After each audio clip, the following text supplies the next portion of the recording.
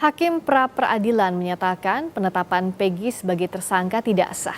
Menurut hakim, polisi tidak menjalankan prosedur dengan benar. Mengapa hal ini bisa terjadi? Kita bahas bersama Kabar Eskrim Polri periode 2018-2019, Komjen Purnawirawan Arief Sulistianto. Selamat malam, Pak Arief. Rizka, apa kabar? Kabar baik, semoga Pak Arief sehat. Kita ketemu lagi. Iya, alhamdulillah sehat. Terima kasih waktunya. Sekaligus kita ini bertemu di momen bahwa hakim menyatakan bahwa status tersangka Peggy Setiawan harus batal demi hukum dengan dikabulkannya permohonan pra-peradilan. Nah, saat hakim menyebut bahwa polisi tidak sesuai prosedur dalam menetapkan tersangka, apa yang Pak Arief lihat hal ini bisa terjadi sampai di titik ini? Ya, pertama saya mengucapkan selamat dulu kepada penasihat hukum Peggy yang sudah dikabulkan pra-peradilan. Selamat kepada Pak Akrim yang sudah menggunakan hati nurani untuk memutuskan. Dan selamat juga kepada Polda Jawa Barat yang sudah berjuang untuk membongkar dan membuka siapa pelaku sebenarnya. Sehingga dengan adanya putusan pra-peradilan ini harus mau nggak mau harus dipatuhi apa yang menjadi keputusan hakim. Dan Polda Jawa Barat harus melakukan kajian lagi terhadap apa yang sudah dilakukan. Nah, ini kenapa bisa terjadi seperti ini? Rizka, di dalam penyidikan itu sebetulnya syarat dengan aturan, syarat dengan prosedur, dan setidaknya penyidik itu harus patuh kepada 3 aspek kebenaran. Pertama, kebenaran pada secara administratif. Yang kedua, kebenaran secara teknis, taktis, dan prosedur penyidikan. Yang ketiga, kebenaran secara yuridis. Semua ini harus dilalui mulai ketika polisi menerima laporan suatu peristiwa, kemudian melakukan tindakan penyelidikan. Apa itu penyelidikan? Penyelidikan itu untuk mengumpulkan informasi, memastikan ini peristiwa pidana atau bukan. Ketika penyelidikan sudah menemukan informasi bahwa ini adalah suatu peristiwa pidana, melalui proses gelar perkara, maka akan dilakukan gelar perkara dengan keputusan dilanjutkan ke tahap penyidikan. Nah, pada tahap penyidikan ini adalah tugasnya mencari dan mengumpulkan alat bukti guna menemukan tersangkanya. Jadi setelah ditetapkan proses penyidikan bahwa penyelidikan ini pidana, gelar perkara, kemudian ditetapkan bahwa ini pidana, dilakukan penyidikan. Penyidikan diterbitkan surat perintah penyidikan dan kewajiban penyidik adalah mengirimkan surat pemberitahuan dimulai penyidikan kepada jaksa. Kemudian baru melakukan pemeriksaan saksi, pemeriksaan ahli, kemudian sampai menyita barang bukti. Semua yang sudah dikumpulkan dalam proses penyidikan ini dikaji dalam forum gelar perkara untuk menentukan peristiwanya yang sebenarnya seperti apa. Konstruksi hukumnya bagaimana. Kemudian anatomi perkaranya seperti apa. Nah, terakhir dari alat bukti yang ada itu menetapkan siapa tersangkanya. Jadi dari kajian yang sangat ketat, prosedur yang sangat ketat inilah yang harus diikuti oleh penyidik. Kalau tidak mengikuti prosedur seperti ini, akhirnya secara formil ya tidak benar. Seperti yang diputuskan Pak Hakim, secara formil tidak benar ini prosedurnya, ada yang dilewati gitu. Ya, tentu seperti yang tadi Pak Arief sampaikan, bahkan kalau kita saat belajar hukum, mahasiswa hukum diajarkan bahwa bagaimana mencari kebenaran formil dan kebenaran material. Jangan sampai hal-hal yang formil ini dilangkaui hingga akhirnya terjadi seperti yang saat ini kita lihat bersama dalam kasus Peggy Setiawan. Nah, Pak Arief melihatnya dalam kasus Peggy ini, apa yang jadi celah? Apakah memang penyidikannya terlalu terburu-buru? Apa yang sebenarnya harus diperbaiki, yang dievaluasi pasca putusan pra-peradilan ini, Pak Arief? Ya, perkara ini terjadi sejak 8 tahun yang lalu, walaupun sudah ada tersangkanya atau pelaku yang dijatuhi hukuman, seperti saya sampaikan sebelumnya. Kemudian penyidik yang melakukan penyidikan saat ini bukan penyidik yang dulu, adalah orang yang baru lagi. sebetulnya ketika kita mendapatkan tugas penyidikan sebagai penyidik yang baru melanjutkan penyidikan yang lama, kita buka kembali berkas-berkas yang ada, alat bukti yang ada itu apa saja, mulai dikaji semuanya. Sehingga dari situlah dia memulai lagi untuk melakukan atau pencarian terhadap pelaku yang belum ada. Dengan prosedur yang sangat ketat seperti saya sampaikan tadi. Sehingga tidak akan terjadi kesalahan prosedur. Kesalahan prosedur ini akan bisa berakibat juga kepada kesalahan orang yang ditetapkan. Bayangkan, untuk menetapkan tersangka harus melalui gelar perkara. Gelar perkara itu diuji betul alat buktinya. Lah, apakah ini dari apa yang diputuskan hakim tidak melalui prosedur, terus sehingga tersangka saudara Peggy harus dibebaskan demi hukum? Apakah ini juga mengindikasikan bahwa bukti materialnya yang nanti akan diuji di sidang pengadilan tidak terbukti, tidak cukup sehingga diperintahkan untuk dibebaskan? Ya, kita tunggu perkembangan berikutnya, gitu. Nah, yang menarik Pak Arief, dalam membentuk konstruksi hukum untuk menyusun anatomi perkaranya, kita tahu ada satu terminologi yang terus-menerus disebut, scientific crime investigation. Kapolri memerintahkan agar ini jadi pegangan. Nah, berikutnya juga polisi di sisi lain bilang bahwa ini sudah sesuai kok, sudah bukti-bukti yang dihadirkan, alat bukti ini berdasarkan scientific crime investigation. Tapi pada akhirnya ini semua dianggap batal demi hukum oleh hakim. Nah, sebenarnya bagaimana menguji apakah alat bukti ini betul-betul sesuai dengan kajian ilmiah, sesuai dengan scientific crime investigation itu, Pak Arief? Jadi begini, Rizka, saya menjadi pengajar juga di Pusdik Reserse, yang mengajar penyidik. Saya juga pernah menjadi penyidik seperti mereka-mereka sampai saya menjadi Kabar Reskrim. Banyak yang salah di dalam memahami scientific crime investigation. Banyak yang berpikiran bahwa ketika ada darah, ketika ada sperma, saya bawa ke laboratorium, diperiksa secara laboratorium forensik, ini sudah dikatakan penyidikan ilmiah. Tidak, itu sangat sempit pemahaman yang seperti itu. Penyidikan ilmiah adalah penyidikan yang menggunakan metode ilmiah. Ada pemahaman secara konseptual dan ada pemahaman secara hakikat. Secara konseptualnya, di dalam melakukan penyidikan, maka harus mulai dari merumuskan masalahnya apa.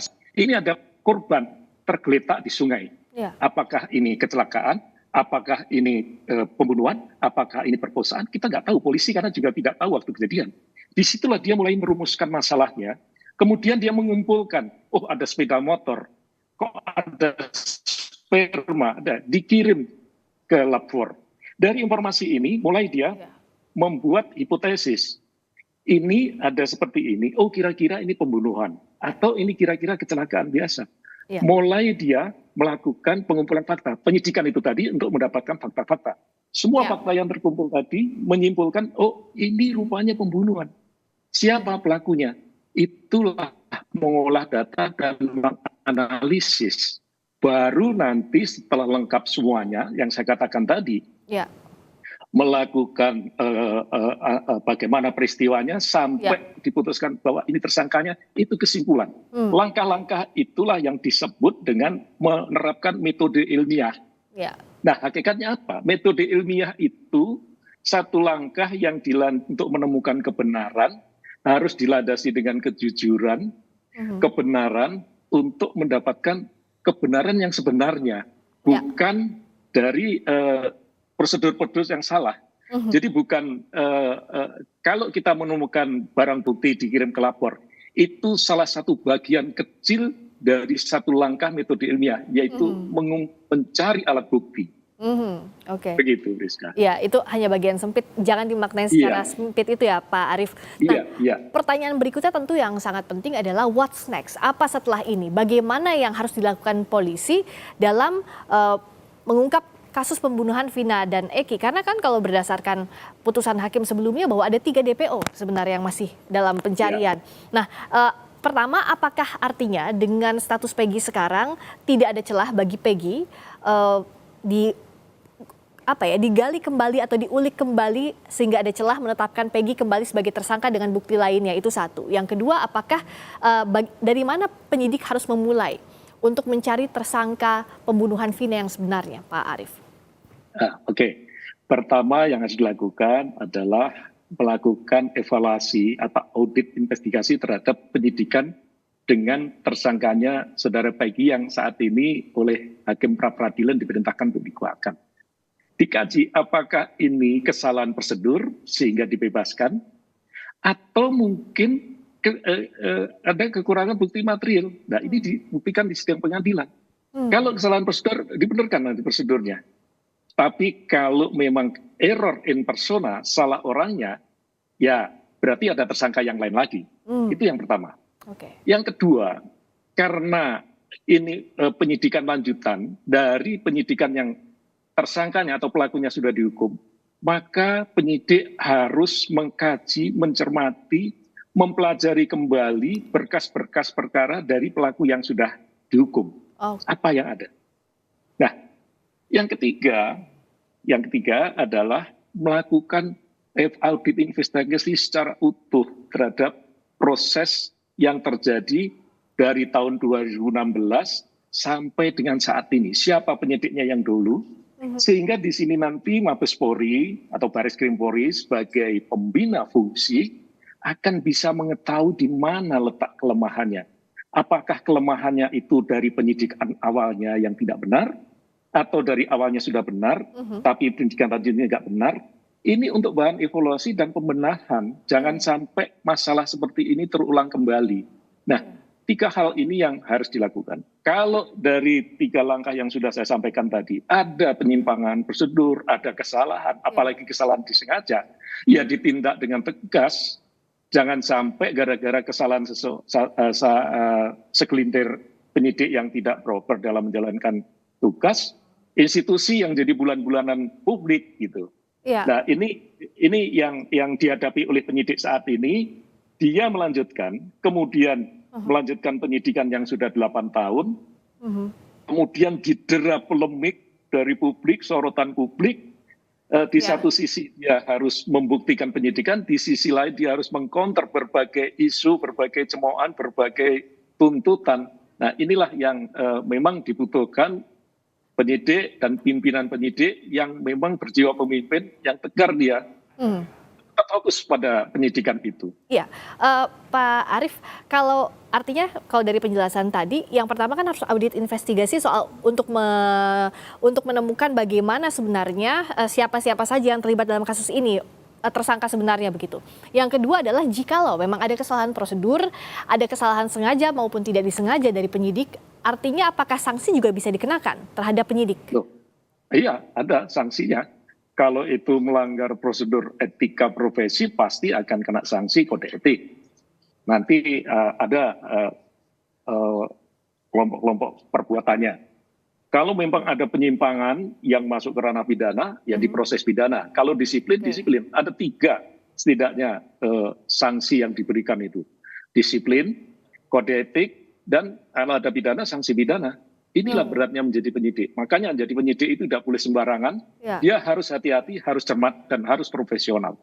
Oke. Nah, tadi soal juga what's next-nya, apakah masih ada celah Peggy Setiawan jadi tersangka lagi? Kalau error in persona seperti yang Pak Arief katakan, ini tidak ada celah, artinya bukan Peggy itu yang dimaksud, bukan Peggy Peron seperti yang disebut-sebut sebelumnya. Yang kedua, jikalau ada misalnya kekurangan dalam hal prosedur, ada yang tidak dipenuhi dalam hal prosedur, atau ada bukti material yang kurang, artinya bisakah ada kemungkinan Peggy sebagai tersangka lagi? Jikapun iya, itu seperti apa prosedurnya Pak Arief? Ya, berbagai kemungkinan bisa terjadi. Ya, sekarang kan saudara Peggy sudah dilepaskan. Penyidik ada 2 kemungkinan. Mungkin salah prosedur, mungkin alat buktinya kurang. Kemudian berkas perkara oleh Pak Jaksa juga sudah dikembalikan. Tidak mungkin dengan kondisi yang sekarang ini dikembalikan. Dia akan memulai lagi penyidikan baru. Kalau ternyata dari hasil penyidikan nanti ditemukan bukti-bukti secara material loh ya, bukan bukti formal, bukan bukti ini ijazah, ini KTP-nya Peggy, itu untuk memastikan bahwa dia itu Peggy. Tapi yang paling penting adalah apakah si A ini ada bukti bukti dia melakukan tindak pidana yang dipersangkakan ini. Jadi bukan identitasnya saja, tetapi bukti material yang membuktikan bahwa dia sebagai pelakunya. Begitu, Friska. Iya, jadi artinya adalah apakah tersangka itu bukan hanya identitasnya tersangka si A, tapi apakah dia yang melakukan tindak pidana yang dimaksud begitu ya Pak Arief ya, itu yang harus dibuktikan oleh penyidik ya? Betul. Ya. Nah, itulah nanti yang akan dibuktikan sidang pengadilan, bukti materialnya itu di situ. Oke. Nah, berikutnya adalah hak Peggy setelah dicabut status tersangkanya, batal demi hukum status tersangkanya. Bagaimana prosedur selanjutnya untuk rehabilitasi, pemulihan nama baik dan juga ganti rugi yang jadi hak Peggy Setiawan? Ya, itu di pasal 77 disebutkan di ayat 2 harus direhabilitasi dan diganti rugi. Nanti pengacaranya itu tugasnya pengacara untuk mengajukan gugatan atau gugatan kembali untuk ganti ruginya. Ataukah ada prosedur yang lain, silakan nanti dari pihak pengacara. Tapi yang penting karena putusan pra peradilan sudah menyatakan bahwa Peggy dibebaskan dan di akhir Pak Hakim mengatakan bahwa direhabilitasi, dipulihkan nama baiknya dan diberikan ganti kerugian. Terakhir Pak Arief, kita kan jadi pada akhirnya singkat saja, awam jadi bertanya-tanya, what if, bagaimana waktu itu jika Peggy tidak melawan? Bagaimana kalau kasus ini tidak viral? Bisa jadi orang yang ditangkap sekarang adalah bukan orang sebenarnya. Nah, apa evaluasi yang harus dilakukan agar ini tidak berimplikasi buruk terhadap citra Polri dan juga kepercayaan masyarakat terhadap Polri? Ya, inilah yang menjadi tanggung jawab Polri, tanggung jawab Mabes Polri dan seluruh jajaran untuk menekankan dan memastikan kepada seluruh aparat penyidiknya untuk berpegang teguh kepada kebenaran, kepada kejujuran di dalam melakukan penyidikan. Jangan sampai ada orang yang tidak bersalah, jangan main-main dengan keadilan. Anda diberikan kewenangan yang sangat besar dalam melakukan kewenangan penyidikan itu. Gunakan untuk memberikan rasa keadilan kepada masyarakat, bukan dengan bekerja yang akhirnya menyakiti masyarakat. Itu sungguh beban yang berat ya Pak Arief ya, dan jadi tanggung jawab berat bagi Polri. Terima kasih Pak Arief, Komjen Purnawirawan Arief Sulistianto, Kabarreskrim Polri periode 2018-2019. Selamat malam Pak Arief.